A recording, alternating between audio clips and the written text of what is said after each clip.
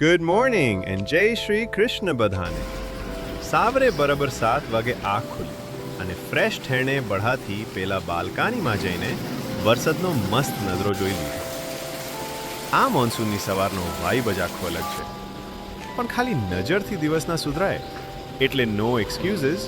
કેમ તેવો વરસાદ હોય, પઠાણો ડેલી કોટા આખો કરવો જ પડે. તો થોડા મસ્ત પુશઅપ્સ મારી લીધા, જેથી આખા દિવસનું મોમેન્ટમ સેટ થઈ જાય.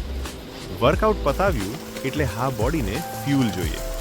સો ફટફટ જઈને લાય આવ્યા એકદમ તાજું દૂધ, એટલે કે અમૂલનું સોન.